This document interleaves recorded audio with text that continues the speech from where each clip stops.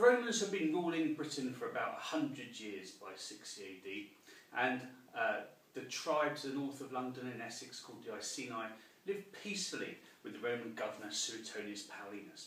But then the king of the Iceni, Prasutagus, died, leaving just his wife Boudicca in charge. Suetonius Paulinus saw his chance to win the riches of the Iceni tribe and sent his troops in to seize all of their wealth, and in the meantime humiliated both Boudicca and her daughters.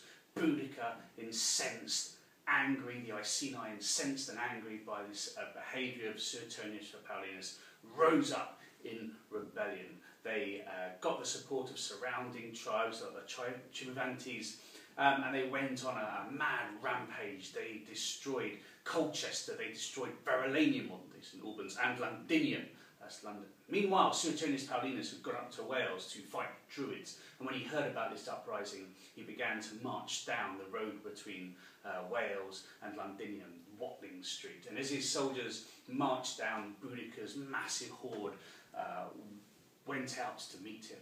Now, Suetonius Paulinus was outnumbered 20 to 1 at least, and it appeared that his small force had little chance.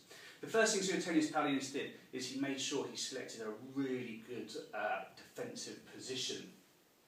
He made sure there were trees behind him and that there were hills to the side. This meant that the Celtic tactic of surrounding the enemy couldn't happen here. They would have to fight through this funnel, which might make their advantage in numbers smaller.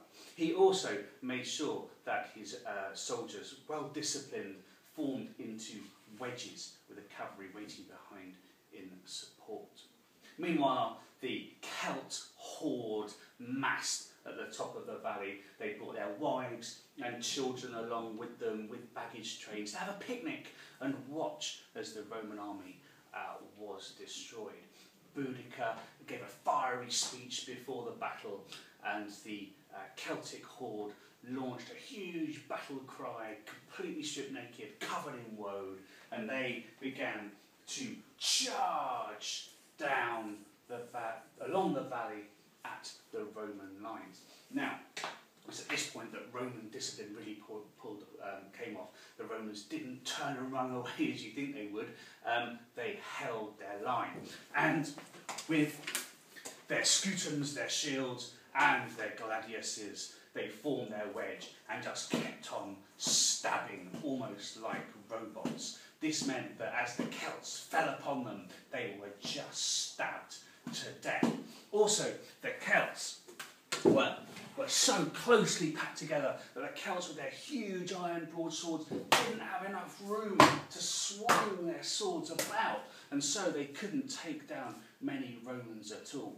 And so, as the Celts fell upon the wedges, they were crammed between the wedges there, and as they just kept stabbing with their gladiuses, or is it gladii?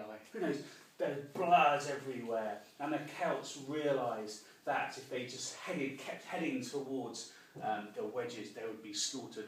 Boudicca, realising this on her chariot with blades on the wheels, turns and flees up the valley, chopping off the legs of the Celts, who were on her own side, and as she fled.